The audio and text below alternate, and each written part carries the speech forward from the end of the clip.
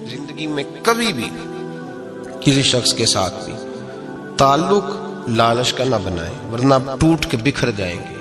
سامنے والے کا کچھ نہیں بگڑے گا، آپ ٹوٹ کے بکھریں گے، اور رزلٹ کی امید کبھی نہ رکھیں۔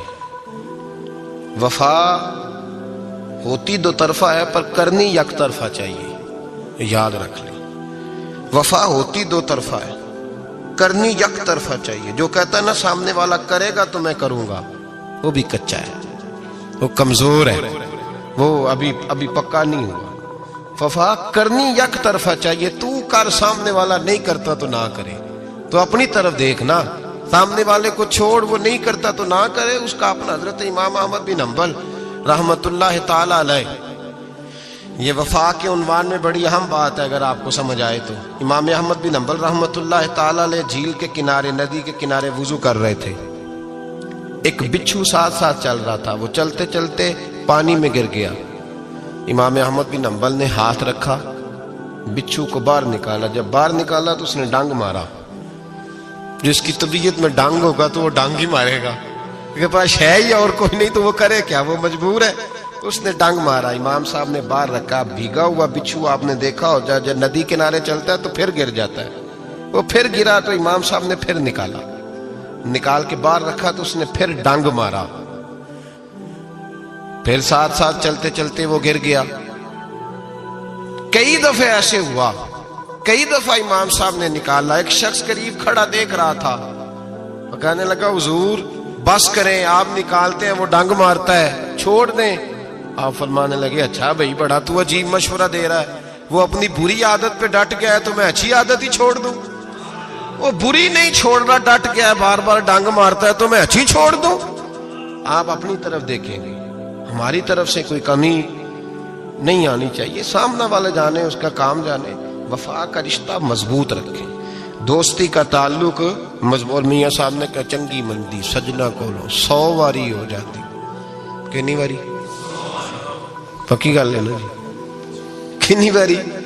میاں صاحب نے کہا 100 واری، ہم تو ایک باری بھی معافی دینے کو تیار نہیں۔ چنگی مندی سجنا کولو، ایسے نہیں آنے جانے والے سے نہیں، اس کے معاملے میں تو ہم خوددار ہیں نا، ہر ایک سے نہیں سنتے، وہاں تو ہم خوددار ہیں۔ سجنا کولو چنگی مندی سجنا کولو 100 واری ہو جاندی، یار یاراں دا گلا نہیں کر دے اصل پریت جنہاں دی۔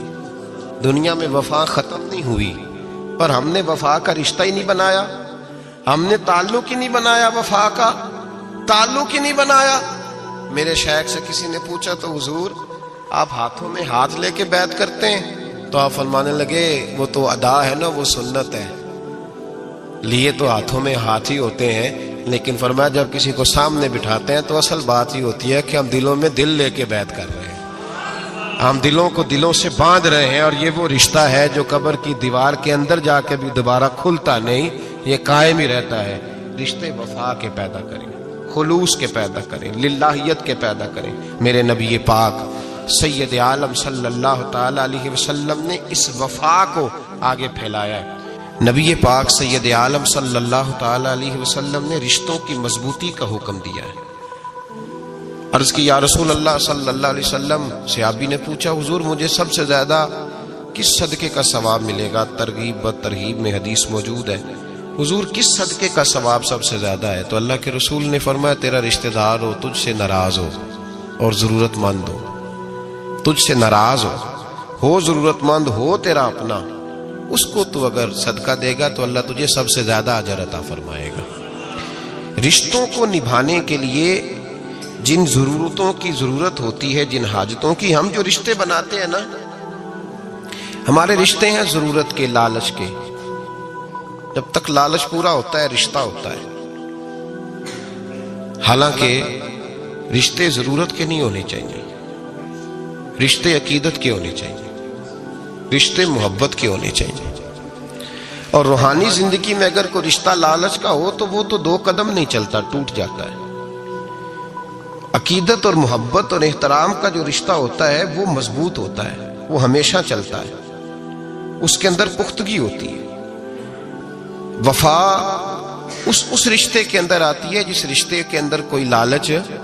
ہمارے زمانے کے اندر یہ شور ہو گیا ہے کہ کام پیارا ہے چم نہیں پیارا، اس شور نے رشتوں میں کمزوری ڈال دیا، دراڑیں پیدا کر دی۔ ہم لوگوں کو پیار ہو گیا ہے سامنے والا کتنا، اور جب تک ہمارے کام کا کوئی شخص رہتا ہے تب تک ہمارا تعلق بھی رہتا ہے، اور جب وہ ہمارے کام کا نہیں ہوتا تب تک ہمارا اس کے ساتھ تعلق ٹوٹ جاتا ہے۔ یاد رکھیے میرے بھائی، جب رشتے کی یہ بنیاد ہو نا، پھر اس میں وفا نہیں ہوتی، پھر اس میں وفا، آپ کہتے ہیں سامنے والا وفا نہیں کر رہا، تو بھائی وفا کی بنیاد ہی نہیں تھی یہ رشتہ، یہ بنیاد نہیں تھا وفا کی، وفا کی بنیاد نہیں۔ اللہ تبارک و تعالیٰ نے قرآن مجید میں صحابہ کی دو قسمیں بیان کی اور فرمایا دونوں کے ساتھ میرا وعدہ ہے کہ میں دونوں کے ساتھ اچھا سلوک کروں گا۔ یہ سارے ستارے ہیں، پر قسمیں دو ہیں، قسمیں دو، قبل الفتح اور بعد الفتح۔ ایک قسم وہ ہے جو فتح مکہ سے پہلے کلمہ پڑھ کے مسلمان ہوئی، ان لوگوں کی درجہ اللہ کی بارگاہ میں زیادہ ہے۔ جو فتح مکہ کے بعد مسلمان ہوئے، اگرچہ وعدہ ان کے ساتھ بھی رب کریم کا ہے، سارے ستارے ہیں، سارے عظمت والے ہیں، لیکن چونکہ فتح کے بعد آئے تو ان کا وہ والا درجہ، ان کا درجہ زیادہ ہے جنہوں نے اسلام کی غربتوں سے پیار کیا، جنہوں نے بھوک سے پیار کیا، جنہوں نے بدر کی تنہائیوں سے پیار کیا، جنہوں نے احد کے پتھروں سے پیار کیا، ان کا درجہ شریعت میں زیادہ ہے۔ اگر آپ تعلق رکھتے ہیں نا، یاد رکھیں اتنی دیر کے جتنی دیر کام چلتا ہے، جتنی دیر ہمارا کسی دوست کے ساتھ تعلق ہے، تو یہ رشتہ کمزور ہے، اس میں وفا نہیں ہوگی اور کسی نہ کسی جگہ پہ ٹوٹ جائے گا، کسی نہ کسی جگہ پہ آ کے ختم ہو جائے گا۔ صوفیاء یہ کہتے ہیں کہ اولاد کے ساتھ بھی اس تمنا کا رشتہ نہ رکھو کہ وہ میری وفادار ہوگی اور میری وہ کل کو خدمت کرے گی۔ کمیٹی نہ ڈالو کہ یہ بچے ہیں تو بڑے ہوں گے تو میں آرام سے بیٹھوں گا تو میری پینشن لگ جائے گی، یہ روٹی کما کے لائیں گے، یہ تو کمیٹی ہے، اولاد تو نہ ہوئی، کمیٹی نہ ڈالو، چھوڑو اس چکر کو۔ اولاد فرما بردار اگر ہوگی تو اپنے فائدے کے لیے ہوگی۔ ہم نے اس سے یہ لالچ بھی، حضرت عبداللہ بن مبارک رحمۃ اللہ تعالی علیہ فرماتے ہیں لالچ کے رشتے ہیں دنیا کے، لالچ کے۔ آپ کے انتقال کا وقت آیا تو اماں بڑا رو رہی تھی، عبداللہ بن مبارک رحمۃ اللہ علیہ اپنی اماں سے کہنے لگے اماں تو کیوں روتی ہے، تیرے تو اور بھی بیٹے ہیں، تو کو میرے بعد لوارث تو نہیں ہو جائے گی، آخری وقت ہے، نزع کا عالم، اماں تو کیوں روتی ہے، اور بھی بیٹے ہیں؟ تو اماں کہنے لگی بیٹا اور بھی بیٹے ہیں، پر جس طرح کا دھیان تو رکھتا تھا وہ نہیں رکھتے، جس طرح وقت پہ دوائی تو لا کے دیتا تھا وہ نہیں لا کے دیتے، جس طرح تو میرے کھانے پینے کا خیال رکھتا تھا وہ۔ کہنے لگے اچھا اماں اس کا مطلب ہے تو مجھے نہیں رو رہی، تو اپنی ضرورتوں کو رو رہی ہے کہ روٹی کون دے گا، کھانا کون لائے گا، دوائی، میں سمجھا تھا شاید مجھے رو رہی ہے۔ بیوی سے پوچھا تو کیوں رو رہی ہے، تو کہنے لگی تیری وجہ سے میری بادشاہی تھی، تو موجود ہے تو خاندان میں، معاشرے میں میرا ایک وقار ہے، تیرے بعد تو بیوہ کی زندگی ہوگی۔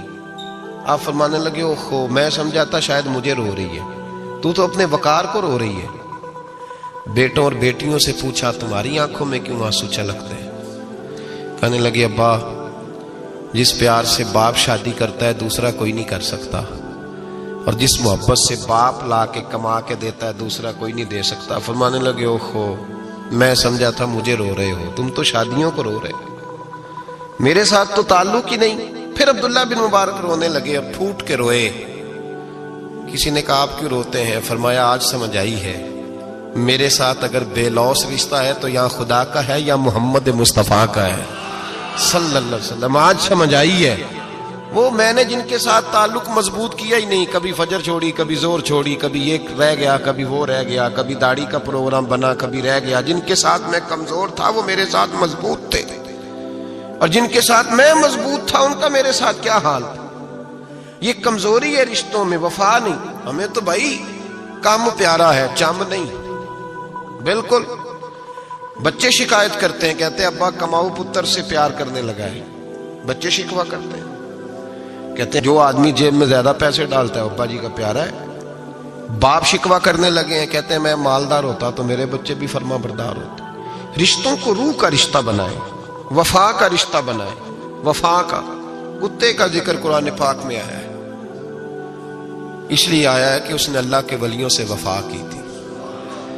اسی آیا ہے کہ اس نے اللہ کے ولیوں کے ساتھ وفاداری کی تو اللہ نے اس کا ذکر قرآن میں۔ رشتے لگانے کا لوگوں کو بہت شوق ہے، حالانکہ رشتہ لگانا اتنا مشکل نہیں جتنا نبھانا مشکل ہے۔ ہم ساری زندگی یہ ثابت کرنے کی کوشش کرتے رہتے ہیں کہ ہمارا جو فلاں آدمی سے تعلق ہے وہ بڑا مضبوط ہے، ہم یہ بتاتے رہتے ہیں کہ مجھے تجھ سے بڑا پیار، اور بتانا بھی چاہیے۔ نبی پاک صلی اللہ علیہ وسلم نے فرمایا جس سے محبت ہو اسے بتایا کرو کہ مجھے تجھ سے محبت ہے، تاکہ وہ بھی تم سے پیار کرے۔ یہ بتا دینا چاہیے، لیکن بتانے کا حکم ہے، ساری زندگی ثابت کرنے کا حکم نہیں۔ ہم ساری زندگی یہ ثابت کرتے رہتے ہیں کہ میں بڑا فرمانبردار ہوں آپ کا، میں بڑا تابعدار ہوں، میں آپ سے بڑی محبت کرتا ہوں، یہ ثابت کرتے رہتے ہیں۔ رشتے نبھانے سے بات بنتی ہے، ثابت کرنے سے بات نہیں بنتی۔ ایک تعلق کا پودا آپ نے لگایا زمین میں، چھوٹا سا پودا، اس کے سامنے کھڑے ہو کے آپ سارا دن کہتے رہیں کہ او پودے مجھے تجھ سے بڑی محبت ہے، میں تجھے بڑا چاہتا ہوں، میرا تیرے ساتھ بڑا رشتہ ہے، میرا تیرے ساتھ بڑا تعلق ہے، سارا دن پودے کو یہی کہتے رہے۔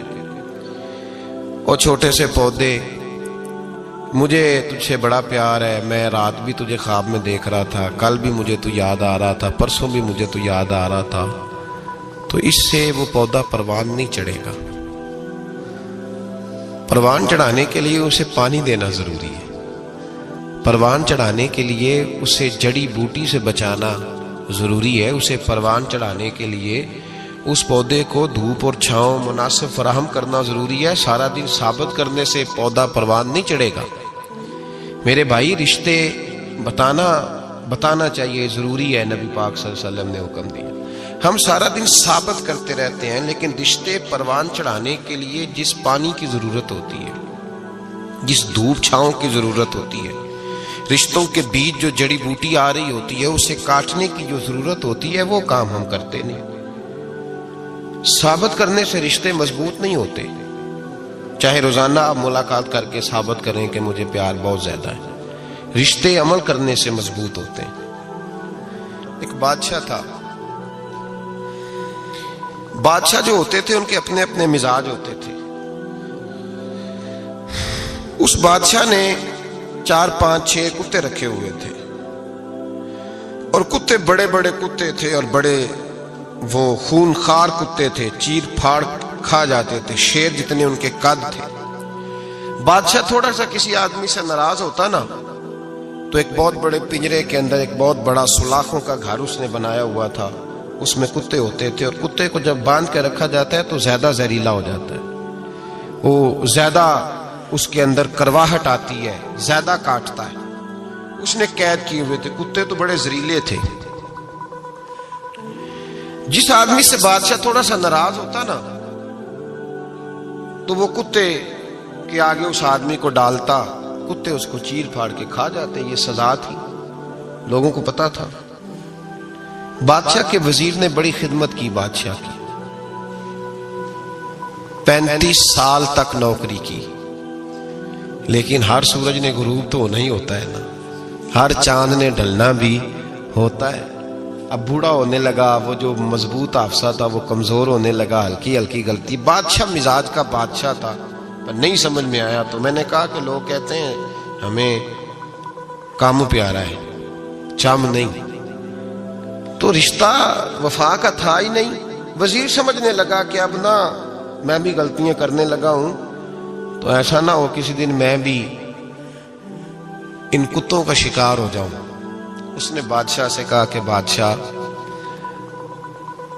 مجھے آہستہ آہستہ معذرت کرنے لگا، قدم ہٹانے لگا کہ مجھے چھٹی دے دی جائے، اب میں بوڑھا ہو گیا ہوں۔ لیکن اس نے کہا نہیں، جب تک میری طبیعت نہیں مانتی تم نہیں جا سکتے۔ مطلق العنان لوگ تھے، وزیر خاموش ہو گیا، پریشان رہنے لگا، غلطی ہو گئی یہ تو پھینک دے گا۔ ایک تجویز اس کے ذہن میں آئی، وہ جو کتوں کے پنجرے پر محافظ بیٹھا تھا نا، جو ان کو کھانا ڈالتا تھا، روٹی ڈالتا تھا، گوشت دیتا تھا، اس کو ایک دن کہنے لگا، یار تیری ڈیوٹی ہے سارا دن کتوں کو کھانا دینے کی، گوشت دینے کی، تو 2-4 دن ڈیوٹی مجھے نہیں دیتا؟ تو لے لے، میں تو پہلے پریشان ہوں، سارا دن ان کی دیکھ بھال کرتا ہوں۔ اس نے کچھ تھوڑا سا گوشت لیا, پنجرے کے باہر کھڑے ہو کے کتوں کو ڈالا. اگلے دن تھوڑی روٹیاں لے آیا, کتوں کو ڈالی. 2-4 دن, ہفتہ, مہینہ, سال بھر, جتنا اس کو موقع ملا وہ دن بھر خدمت کرتا. بس وقت ایک دن آ گیا, بادشاہ کو کوئی بات اچھی نہ لگی. اس نے کہا اس بڈھے کو اٹھاؤ اور ڈالو کتوں کے پنجرے میں. ساری زندگی یہاں رہا, اسے ابھی تک نہیں پتا چلا میرے مزاج کا.